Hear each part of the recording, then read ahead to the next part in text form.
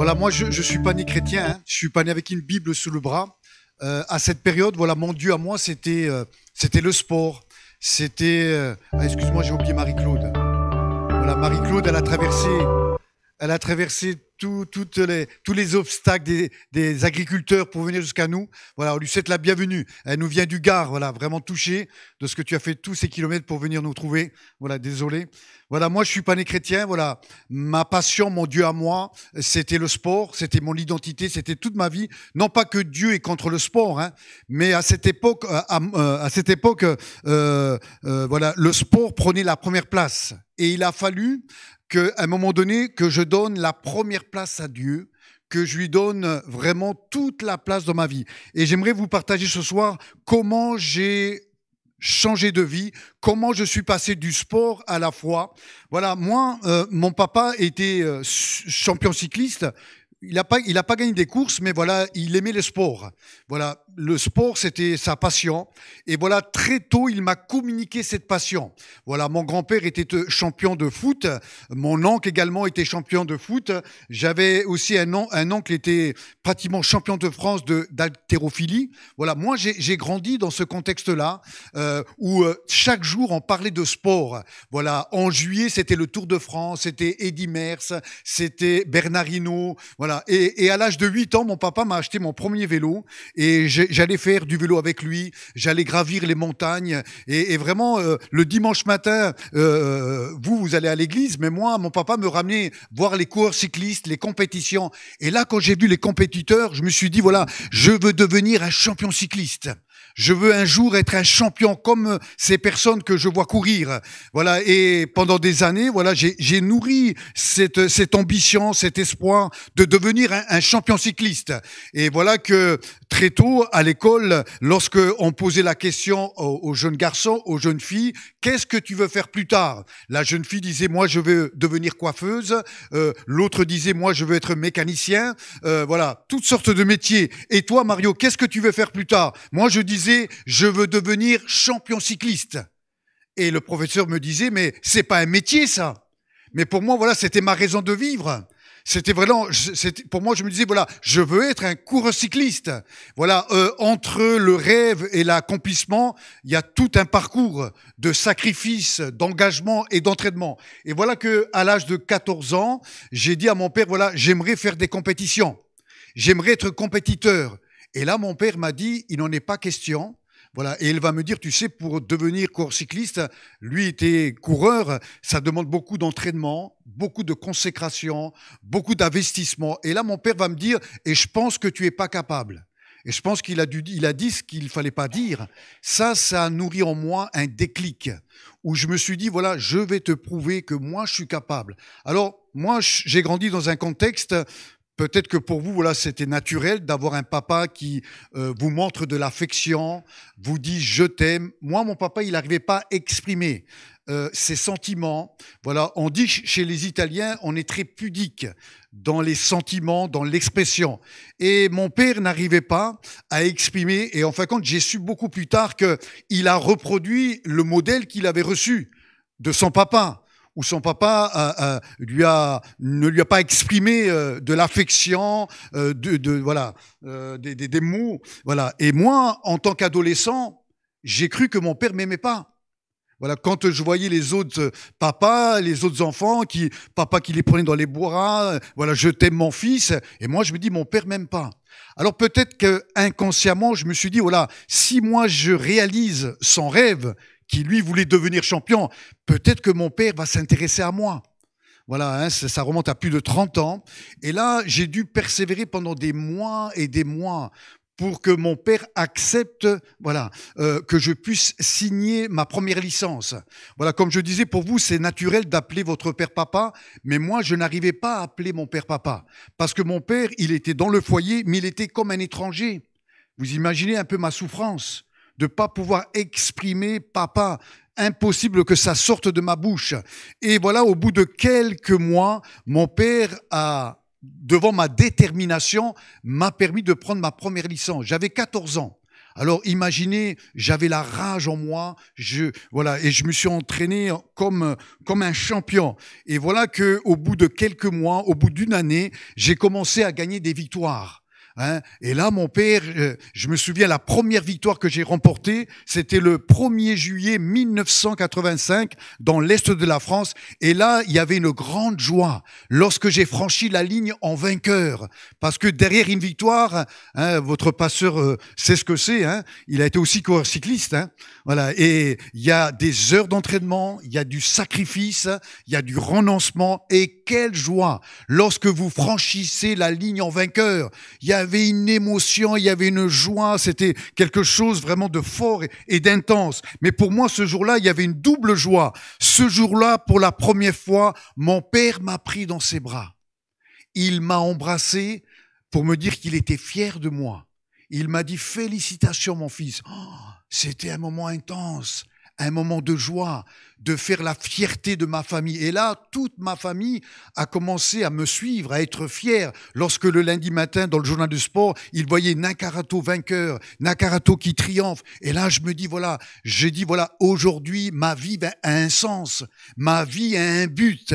Moi qui n'intéressais personne. Et là, ce qui est étonnant, c'est que malgré mes victoires, malgré mes succès, malgré mes triomphes, lorsque je me retrouvais seul dans ma chambre d'hôtel, il y avait un vide terrible, un vide que je n'arrivais pas à combler. Voilà, en fin de compte, j'étais à la recherche d'une paix intérieure. Oui, sur le moment, quand je gagnais des courses, il y avait une émotion. Mais cette émotion, cette joie, elle était éphémère. Elle ne durait pas. Voilà. Et il y avait un vide. Et moi, dans cette période, je faisais des cauchemars.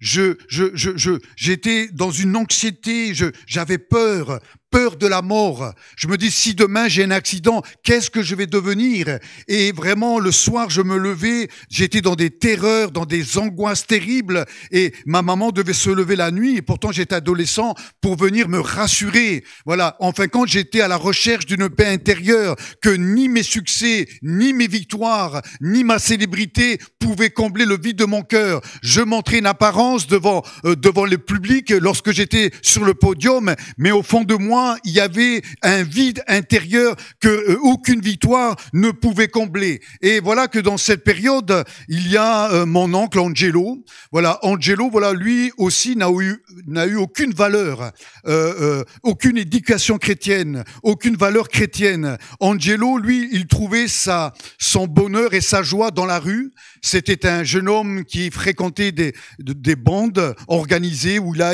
c'était le monde de la drogue, le monde de la violence. Et voilà que Angelo, lui, sa vie n'avait aucun sens non plus. Et là, il va rencontrer des chrétiens.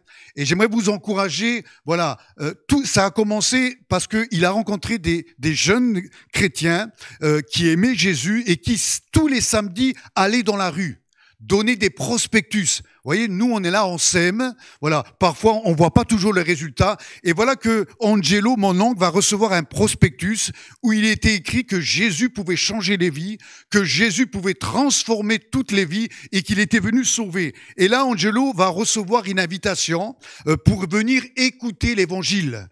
Et voilà que Angelo, lui, avant d'aller écouter l'évangile, son plaisir, c'était d'aller cambrioler dans des maisons. Hein, c'était son passe-temps. Et voilà que Angelo rentre dans une maison comme chaque semaine. Et là, dans cette maison, combien Dieu est un Dieu qui nous cherche, parce que nous sommes des êtres perdus. Et Dieu cherchait Angelo. Il l'aimait malgré sa situation, malgré sa vie. Et voilà que Angelo entre dans une maison et la seule chose qu'il va voler ce soir-là, dites-moi, vous avez lu mon livre?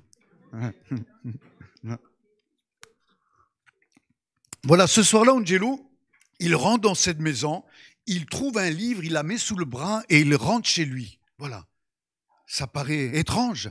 Et là, Angelo, il commence à lire la Bible, il la lit, et là, il va tomber sur un verset. Jésus reviendra comme un voleur. Oh, mais il dit, mais ce bouquin, ça parle. Cette parole, elle est vivante, parce que lui, c'était un voleur, voilà. Voilà. Et là, il y a tout un travail que Dieu, le Saint-Esprit, est en train d'œuvrer dans son cœur. Et voilà que Angelo apprend que dans la ville, dans le village, il y avait une mission. C'était à l'époque de Billy Graham, vous vous rappelez, par satellite. Et là, Angelo, avec ses amis, ils sont là sur la place publique. Ils se sont dit, voilà, on va rentrer dans cette chapelle. Il paraît que dans cette chapelle, il y a le nom de Jésus qui est proclamé. C'est des évangélistes. Et ils sont venus dans cette salle, non pas pour participer à la réunion, mais pour se moquer des gens. On va dire à tous ces gens qui sont réunis dans cette salle que c'est des déséquilibrés, que c'est des fous. Eux, ils étaient venus dans cette idée-là. Et voilà que Billy Graham prêche un message, Jean 3,16, Dieu a tant aimé le monde, afin que quiconque croit en lui ne périsse point, mais qu'il ait la vie éternelle. Enfin, quand le prédicateur va annoncer un message d'amour, un message d'espoir, un message libérateur. Et là, Angelo, mon oncle, est complètement dans la confusion, parce qu'il est désarmé. Il pensait entendre un message religieux. Et là, ils sont bouleversés. Et Angelo, ce soir-là, il a donné son cœur à Jésus-Christ. Il est passé des ténèbres à la lumière. Jésus l'a libéré du monde de la drogue. Et Angelo, à partir de ce jour-là, il va devenir un passionné de Jésus-Christ. Parce que sa vie avait été transformée. Et là, Angelo, son désir, c'est que la bonne nouvelle qu'il a rencontrée, il veut la partager au monde entier. Et là, voilà que moi, je rencontre Angelo chez moi. Et Angelo, moi, je pensais qu'il allait me dire, voilà, je suis fier de toi. Je suis fier de toi parce que voilà, je te vois dans les journaux, tu es un champion cycliste. Et Angelo, il vient et me dit, tu sais Mario, tu es peut-être un vainqueur, tu gagnes peut-être des courses. Et Angelo me dit, voilà, mais tu sais qu'un jour, ton corps retournera à la poussière, mais tu as une âme. Et ton âme, elle retournera à ton propriétaire qui est Dieu. Et si aujourd'hui tu meurs, tu es perdu pour l'éternité. Tu vas tout droit en enfer. Il était cash, hein. Et là, moi, ça m'agace. J'ai dit, comment ça, moi, je suis perdu? J'ai réussi à force de volonté, à force de sacrifice, et toi, tu me dis que je suis perdu. Et là, j'aimerais vous encourager à persévérer dans votre témoignage. Angelo, mon oncle, pendant 6 ans, il est venu me parler de Jésus. Pendant 6 ans, il a prié pour moi. Pendant 6 ans, il a demandé à l'Église de prier pour moi, afin que Dieu ouvre mes yeux, afin que je sois éclairé, moi qui étais dans un état d'aveuglement, à cause de mon orgueil, à cause de cette gloire, pour devenir un champion cycliste. Et voilà que Angelo, à l'époque, j'avais mon meilleur ami, qui est toujours mon ami, Patrice. Patrice, lui, pareil, il a aucune valeur. Lui, il est attiré par tout ce qui est diabolique. Voilà, à cette époque, il écoute de la musique black metal, du hard rock, il invoque les mauvais esprits, il est présélectionné pour les Jeux Olympiques. Et là, Patrice, à chaque compétition, il prend les photos de ses concurrents, il prend des aiguilles et il maudit ses concurrents. Voilà, c'est un jeune homme qui est vraiment diabolisé, qui a une haine en lui. Et voilà que, à cette époque, Angelo m'avait donné une Bible. Alors bien sûr, cette Bible, elle est restée sur la table de chevet, elle était remplie de poussière. Et là, mon ami Patrice venait chaque week-end chez moi. Il me dit, mais qu'est-ce que tu fais avec cette Bible? Voilà. Ben, j'ai dit, je sais pas, c'est mon oncle qui me l'a donnée, mais je l'ai jamais lue. Et là, Patrice, pour vous dire que Dieu n'avait aucune place dans notre vie, Dieu, je l'avais exclu complètement. Et là, mon ami Patrice, qui était vraiment lié par le diable, il m'a dit, voilà, prends cette Bible et jette-la au feu. Et c'est ce que j'ai fait. J'ai pris cette Bible et je l'ai jetée dans le feu. Ma mère avait une cheminée et là, avec un sourire moqueur, on s'est moqué de voir les pages de la Bible en train de brûler pour vous dire, voilà, Dieu n'avait aucune place dans ma vie, dans notre vie. Et voilà que Angelo va rencontrer mon ami Patrice. Qu'est-ce qui s'est passé à votre avis? Est-ce que Angelo a eu peur de Patrice, qui était rempli du diable? Angelo a parlé de Jésus à Patrice. Il lui a dit, voilà, que Jésus l'aimait, que Jésus pouvait transformer sa vie. Et voilà que nous sommes invités dans une église évangélique. Voilà, à l'époque, c'était dans les années 80, c'était une assemblée italienne. Et à l'époque, voilà, Patrice, lui, c'est un pur français, il ne comprend pas l'italien. Et là, Patrice, il est venu dans cette église, et là, il y avait un jeune homme de 22, 23 ans qui a dit, écoute, il n'y a pas de souci, viens au premier rang, je veux te traduire la prédication. Voilà. Et là, le jeune chrétien va commencer à traduire la prédication d'italien en français. Et là, Patrice, ce jour-là, il est venu accompagné d'un objet. Il est venu accompagné d'un poignard. Et là, Patrice, la pensée de Patrice, il s'est dit, voilà, je rentre dans cette église et je vais tous les tuer.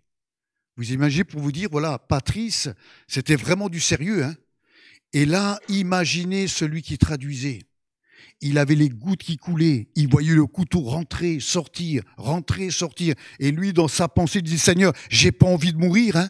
Voilà, j'ai envie de fonder un foyer, j'ai envie de me marier. Et là, il priait intérieurement. Mais ce soir-là, c'était Jésus-Christ, le Saint-Esprit, qui était en train de contrôler la réunion. La gloire de Dieu, la présence de Dieu était là. Et voilà que le prédicateur a commencé à parler de la croix, de l'amour de Jésus-Christ. Il y avait la présence de Dieu était là. Ce soir-là, la puissance de Dieu, l'amour de Dieu était beaucoup plus puissante que la haine qui habitait dans le cœur de Patrice. Et voilà que le prédicateur va faire un appel. Il va dire que si quelqu'un veut donner son cœur à Jésus, qu'il se lève et qu'il vienne devant. Et là, qui se lève? Patrice. L'amour de Jésus-Christ avait désarmé Patrice. Et là, Patrice, ce soir-là, va donner toute la place à Jésus-Christ. Patrice va passer des ténèbres à la lumière. Sa vie va être transformée par la puissance de Dieu. Il va devenir chrétien. Alléluia. Il y avait que Dieu qui pouvait faire ça. Les gens dans la rue disaient, mais c'est pas possible. Qu'est-ce qui est arrivé à ce jeune homme? Autrefois, il glorifiait le diable et maintenant, il parle de Jésus-Christ. Le papa disait, mais attends, je comprends plus. Il écoutait du hard rock, maintenant j'entends des cantiques. Alléluia, gloire à Jésus. Mais qu'est-ce qui s'est passé? Mais maintenant, pour moi, il y avait un gros problème. Ils étaient deux à me parler de Jésus-Christ. Une semaine, c'était Angelo. Angelo, il lâchait pas l'affaire, hein. Voilà. Malgré que je le rejetais. L'autre semaine, c'était Patrice. Et là, je me disais, mais vraiment, ce Dieu, il me cherche. J'avais le sentiment que tant que Dieu m'avait pas trouvé, voilà, il allait pas lâcher l'affaire. Voilà. Et là, Angelo, voilà, il persistait, il me rendait témoignage, et au bout de 6 ans, j'en pouvais plus, hein. J'avais envie de faire Zidane, hein. Moi, je suis pas chrétien, hein. J'avais envie de lui mettre un coup de tête. Je supportais plus le nom de Dieu qui sortait de sa bouche.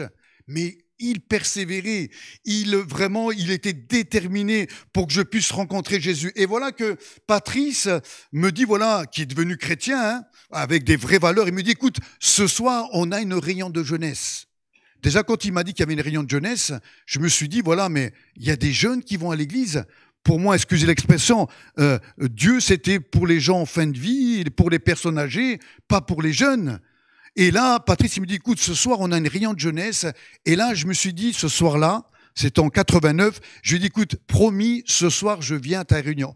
Je me suis dit, voilà, je vais aller au moins une fois, au moins je serai débarrassé de leur Dieu, l'église, etc.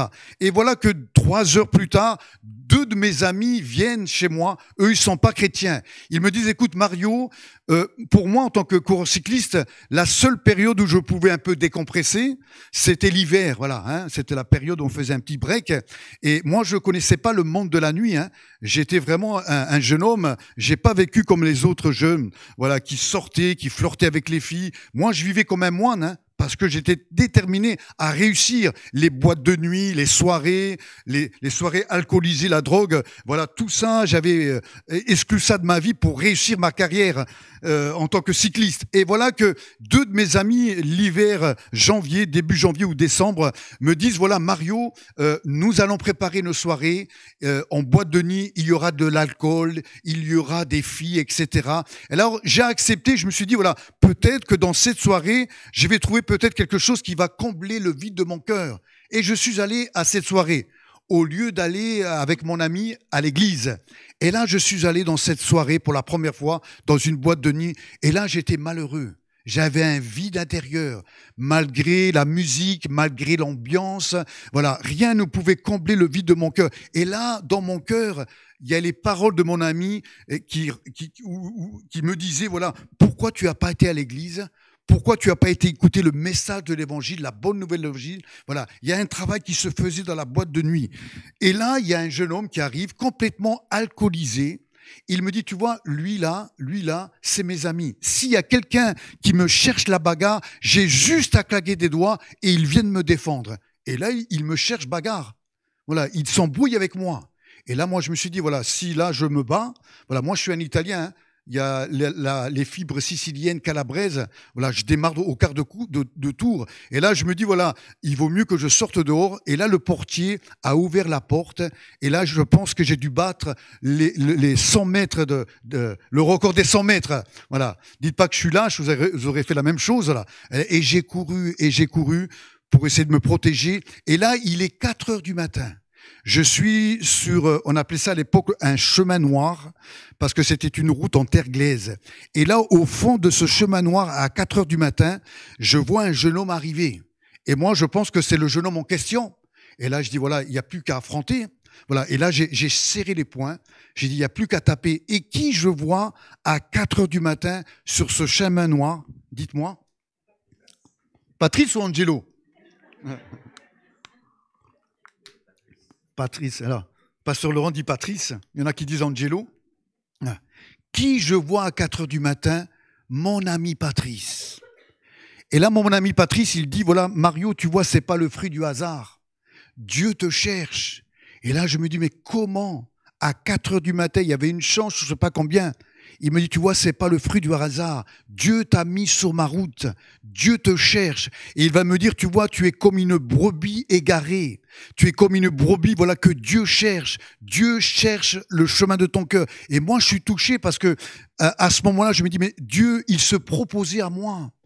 Il s'imposait pas à moi, il me tendait à chaque fois, il mettait des gens sur ma route. Ça faisait plusieurs mois et plusieurs années que Dieu cherchait le chemin de mon cœur.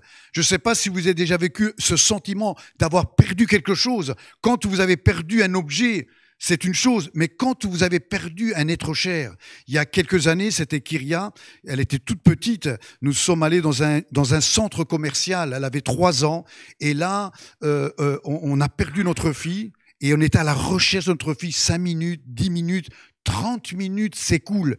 Et là, vous imaginez le pire, le sentiment d'avoir perdu quelqu'un. Et là, à un moment donné, là, il y a une jeune femme qui trouve un bébé et dit, voilà, c'est à qui ce bébé-là? Voilà. Mais quel sentiment de joie lorsque vous avez retrouvé la personne que vous aimez. Et là, j'avais le sentiment, voilà, que Dieu me cherchait. Et tant qu'il m'avait pas trouvé, il allait persévérer avec amour parce que j'étais quelqu'un qui était perdu. Et voilà que nous sommes, je prépare ma saison 1989, voilà, prêt à affronter cette saison cyclisme. Et là, j'étais déterminé à remporter encore des victoires pour réussir ma carrière. Et là, nous sommes le 19 janvier 1989.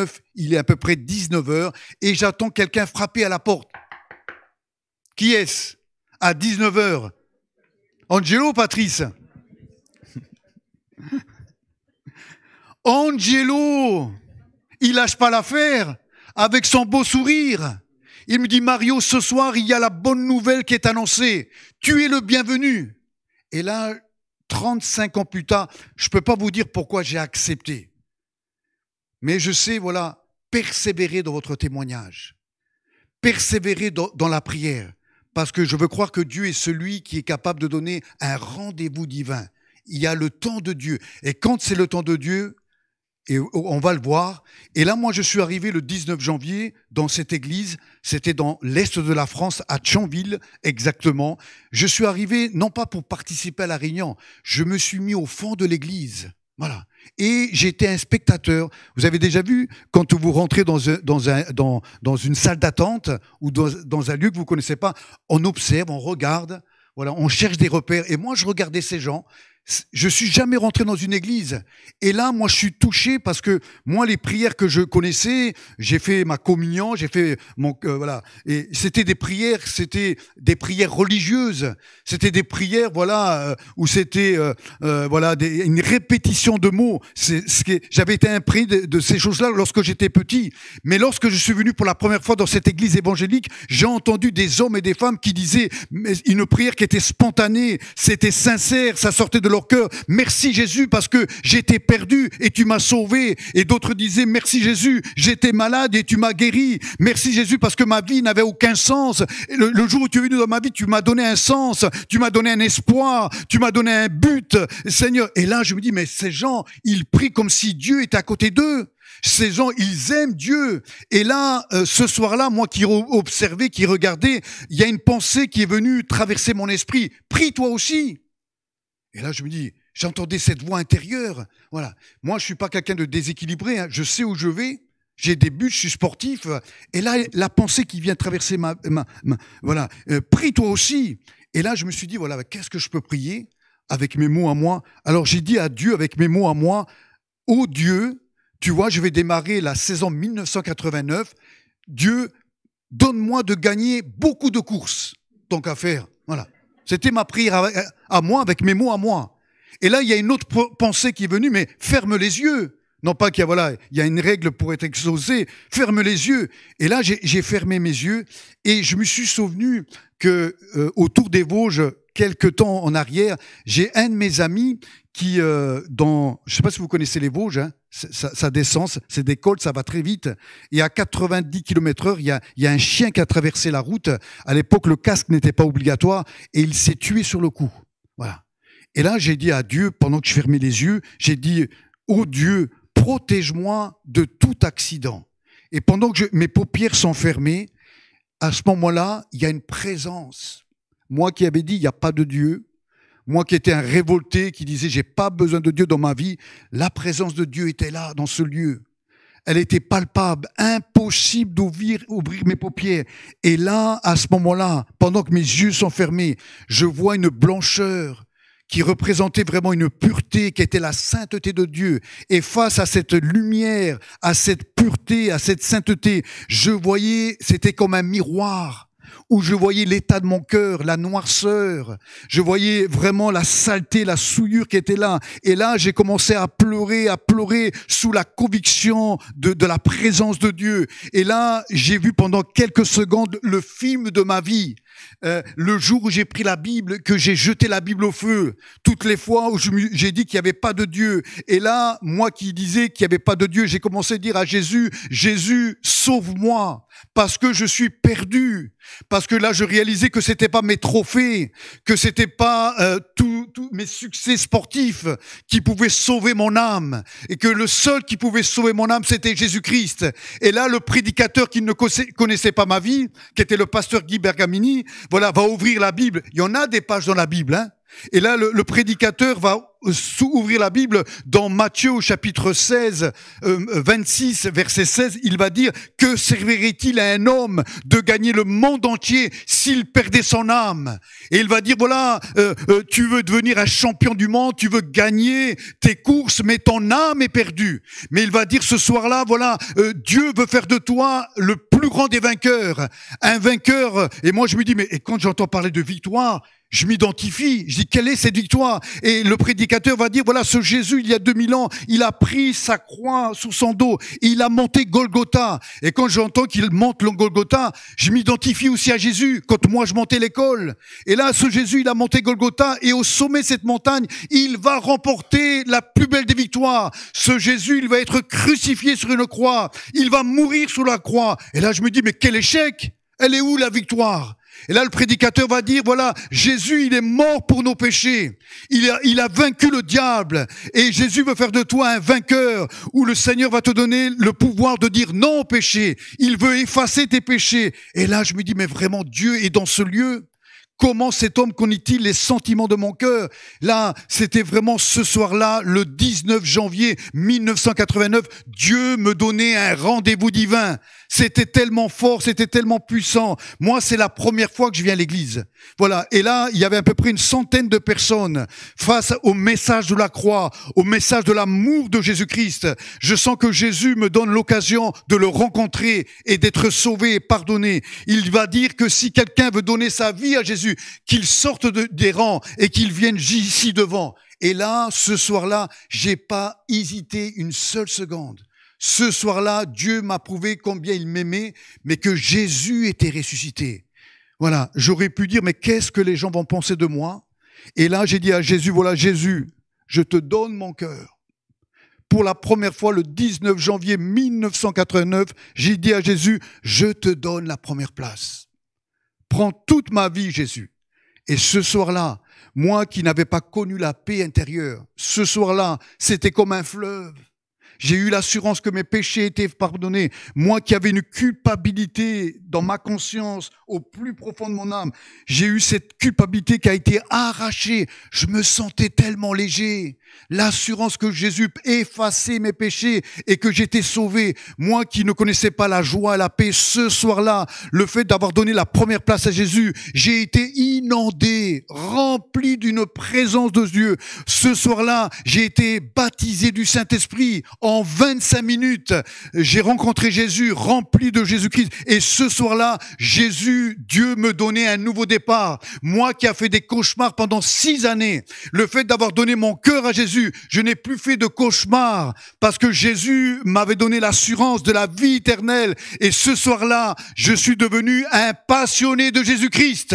Voilà, mon seul désir, c'était de dire à Jésus, au monde entier, que Jésus était vivant, que Jésus pouvait sauver une âme. Et ce soir-là, moi qui n'avais pas le pouvoir de pardonner mon père, dans les années qui ont suivi, Dieu m'a donné la capacité de pardonner mon père. Et nous nous sommes réconciliés. Et Dieu m'a donné la victoire d'appeler mon père papa. Alléluia. Il m'a donné la possibilité de vivre une relation entre fils et papa. Et aujourd'hui, voilà, c'est quelque chose de beau. Mon père est devenu mon ami. Il est devenu mon confident. Il y avait que Jésus qui peut faire ça. Vous voyez, lorsque Jésus vient dans notre vie, il est capable d'accomplir le miracle. Et voilà que moi qui avais de la haine, voilà, vous savez, dans le sport, il y a le sport loisir, il y a le sport plaisir, il y a le sport de haut niveau. Et dans le haut niveau, il n'y a pas de place pour les gentils. Et dans le monde du sport, j'avais un gars qui s'appelait Vincent, aussi un Sicilien. Et pendant des années, c'était voilà la rivalité. La loi du plus fort. Et voilà que pendant une compétition, Vincent, pour pas que je gagne, il va me faire tomber à plus de 50 km/h. Il y avait un dernier virage à l'épingle. Celui qui passait le premier avait gagné. Et lui, il le savait. Et moi, je passe en premier. Et là, dans une haine, il me fait tomber. Et là, moi, je suis pas chrétien à l'époque.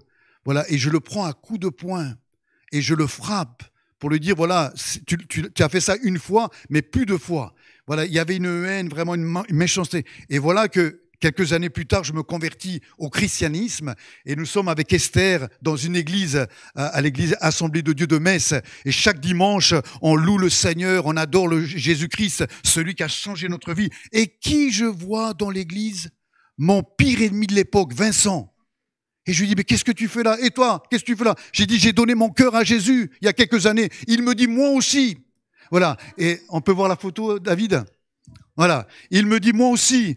Et dans l'église, on s'est pris dans les bras. Et j'ai intitulé un de mes chapitres, 2 ennemis deviennent amis et frères dans la foi. Et c'est vraiment ce qui s'est passé. Voilà. Depuis 30 ans, nous sommes des amis. Voilà. On sert le Seigneur maintenant. Vincent, je suis devenu plus tard pasteur. Il est missionnaire aujourd'hui en Colombie. Voilà. Il est venu prêcher dans notre église l'année dernière. Voilà. Les gens me disent, mais attends, je comprends pas. Vous étiez pas deux ennemis à l'époque? Quel témoignage pour le monde du sport qui nous ont connus, qui nous ont vus frapper. Voilà. Un amour tous les deux. Voilà. Vraiment une amitié qui est née. Voilà. Plus tard, je vais devenir son pasteur. Voilà. Il était membre de notre église pendant plusieurs années. Voyez combien Dieu est capable de changer les sentiments dans notre cœur. Il nous donne un cœur nouveau. Voilà, et ça, c'est la puissance de l'amour de Dieu. On peut mettre, voilà, pour terminer en conclusion, le diaporama, David.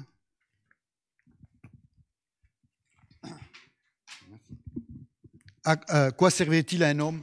Je vais terminer par ça. Voilà, c'est ça. À quoi servirait-il à l'homme de gagner le monde? Pour moi, c'était de gagner des médailles, des coupes, s'il perdait son âme. Que sert-il à un homme de gagner le monde entier, d'être le plus connu des hommes, hein, c'est beaucoup l'ambition de beaucoup de gens, hein, que ce soit dans une carrière professionnelle, de battre le record de l'audimat s'il perdait son âme. Voilà, il y a quelques années de ça, dans les années 2000, ouais, tu peux monter la photo, voilà. Vous savez, moi qui vis en Belgique, hein, qui sert le Seigneur en Belgique depuis quelque temps, la grande légende en Belgique, c'est Eddy Merckx. Voilà, c'est 600 victoires, 5 Tours de France, et la Belgique, elle soupire. La Belgique, le cyclisme, c'est presque une deuxième religion, hein. C'est incroyable là-bas. Et là, on avait un espoir d'un jeune homme, Igor. Igor, voilà, il est champion du monde, il a 18 ans. Il est au top, il est au sommet, il gagne tout. Voilà. Et là, la Belgique dit, voilà, enfin, on a trouvé notre champion, on a trouvé Eddy Merckx. Et on pourrait dire, voilà, Igor, il a tout pour être heureux. Et voilà que en Belgique, il y a un titre qui va apparaître dans le journal des sports, David. Voilà. La Belgique est sous le choc. Ce samedi 30 août 2014, le jeune prodige du cyclisme belge Igor s'est donné la mort. Il avait à peine 18 ans. Et là, tu te dis, vous savez comment Igor a mis fin à ses jours? Il s'est jeté sous un train. Et là, tu te dis, voilà, il est champion du monde, il a la médaille d'or, il a de l'argent, il y a une carrière professionnelle qui s'ouvre devant lui, mais il y a un mal-être intérieur. Et là, vous voyez, que servirait-il à un homme de gagner le monde entier s'il perdait son âme? Parce que la Bible nous dit que nous avons une âme, et cette âme, Dieu veut la sauver. Voilà, là c'est dans le monde du sport. J'aimerais voir un autre exemple. Vous l'avez connu, cet acteur Robbie Williams. On a tous rigolé, hein. Moi, j'ai rigolé devant la télé avec mes enfants, hein. Voilà, le gars, il est célèbre, voilà, il gagne de l'argent, il réussit dans la vie, sa carrière professionnelle. Voilà, il aimait beaucoup faire du vélo. Tu le savais, Laurent? Ouais. Voilà, c'était un moyen de décompressant. Il a fait quelques cyclos sportifs. Et voilà on peut monter. Voilà, il va dire, et c'est intéressant ce qu'il dit, j'ai toujours pensé que le pire truc qui pourrait nous arriver dans une vie, c'est de finir sa vie tout seul. Mais c'est faux. Le pire truc qui pourrait nous arriver, c'est de finir notre vie entouré de personnes qui nous font sentir seuls. Et c'est vrai, et c'est étonnant, nous sommes sur cette planète, je crois combien, 7 milliards 8. Voilà. Et on peut se sentir seul. Et cet homme, il était célèbre. Et souvent, les célébrités disent, voilà, il y a un sentiment de solitude. Malgré, voilà, c'est le monde des paillettes et c'est pas ça qui peut combler une vie. Et quand on voit comment cet homme a fini ses jours, malgré sa réussite dans la vie, on peut lire plus. Voilà, l'acteur humoriste américain Robbie Williams a été retrouvé sans vie, à son domicile. Robbie Williams a mis fin à ses jours en se pendant à l'âge de 63 ans. D'après la police, il aurait été retrouvé pendu à une ceinture avec un couteau à côté de lui. Son poignet gauche était taillé. Et l'acteur combattait une dépression sévère depuis plusieurs années. Vous voyez? Et ça, malheureusement, c'est la réalité. Et là, on peut se dire, mais qui peut nous donner le remède face à ce mal-être, face à ce vide intérieur? Ben, la Bible nous dit que Dieu est celui. On peut passer la dernière diapo. Voilà. C'est Saint Augustin qui a dit tu nous as fait pour toi et notre cœur est sans repos tant qu'il ne trouve pas le repos en toi. Hein, c'est le célèbre philosophe Blaise Pascal qui va dire il y a dans le cœur de chaque homme un vide en forme de Dieu. Mais regardez, voilà, un vide en forme de Dieu dans chaque homme qui ne peut être rempli par aucune chose qui a été créée, mais seulement par Dieu, le Créateur qui s'est fait connaître aux hommes par Jésus-Christ. Et moi, j'en ai fait l'expérience où Jésus peut combler un cœur. Voilà. Et le remède que Dieu nous a donné, c'est celui-ci. Les gens essaient de combler ce vide et ce cœur. On a vu par l'argent. Voilà. Non pas que Dieu est contre ces choses-là, hein, mais c'est une histoire de priorité. Il y en a qui essaient de combler ce vide par le sport, c'était ma vie. Certains essaient de combler ce vide par la gloire, mais le remède spirituel que Dieu nous a donné, c'est celui-ci, c'est Jésus-Christ. Alléluia. Alléluia, c'est le seul remède. Et j'aimerais vous dire que ce soir, donnez la première place à Dieu. Ça fait maintenant 35 ans que j'ai choisi de lui donner la première place. Je n'ai jamais regretté. Il a béni ma vie personnelle, il a béni ma vie professionnelle, il a béni ma vie sentimentale, il a béni ma vie de famille. Vous voyez, le Seigneur est celui qui nous donne un sens à notre vie. Aujourd'hui, je peux quitter cette terre, mais je sais que j'ai une espérance, celle de la vie éternelle, que je sais qu'un jour j'irai tout droit et que je partagerai une éternité de bonheur. Et j'aimerais vraiment que le Seigneur puisse nous aider et vous aider à bâtir votre vie sur quelque chose d'éternel. Parce que ici, la gloire, tout passe. On va laisser toute chose sur la terre, mais Dieu nous appelle à bâtir quelque chose d'éternel, c'est-à-dire de lui donner la première place. Est-ce que nous pouvons fermer les yeux? Je m'adresse aussi aux internautes, à ceux qui nous regardent derrière Internet, derrière leur écran. Jésus vraiment cherche votre cœur. Seigneur, je te remercie. Je te remercie parce que combien tu es amour et combien je te remercie parce qu'il y a 35 ans, tu as su trouver le chemin de mon cœur. Et combien je veux te remercier, Seigneur, parce que Seigneur, tu es ce bon berger et nous sommes ces brebis perdues. Mais Seigneur, ton amour nous cherche. Et Seigneur, merci parce que tu as su trouver le chemin de mon cœur. Merci Seigneur parce que Seigneur, tu as su parler à mon cœur. Et Seigneur, tu m'as donné l'assurance que mes péchés étaient pardonnés. Merci mon Jésus parce que tu as donné un sens à ma vie. Je sais que Seigneur, dans mon cœur, il y a cette espérance que un jour mes yeux te verront. Seigneur, merci pour cette transformation de vie. Merci Seigneur parce que tu m'as donné un but. Seigneur, merci parce que tu as fait de moi non seulement un chrétien, mais aussi un serviteur. Merci de ce que ta grâce me permet, Seigneur, de prêcher la bonne nouvelle de l'évangile. Seigneur, tu l'as fait pour moi. Mais peut-être qu'il y a des hommes et des femmes, des jeunes qui nous écoutent et qui ont besoin de faire une rencontre avec toi. Oui Seigneur, donne à ces hommes et ces femmes de te donner la première place.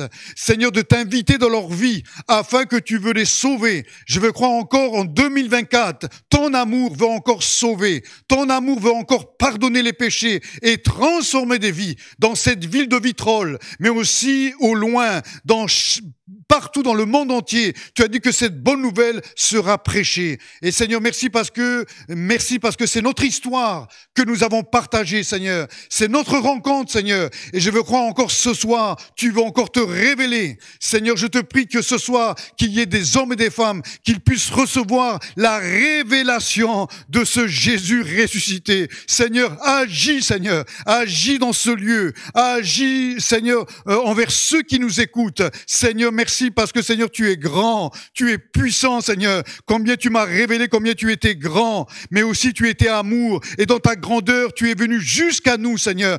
Merci, Seigneur, dans le nom précieux de Jésus.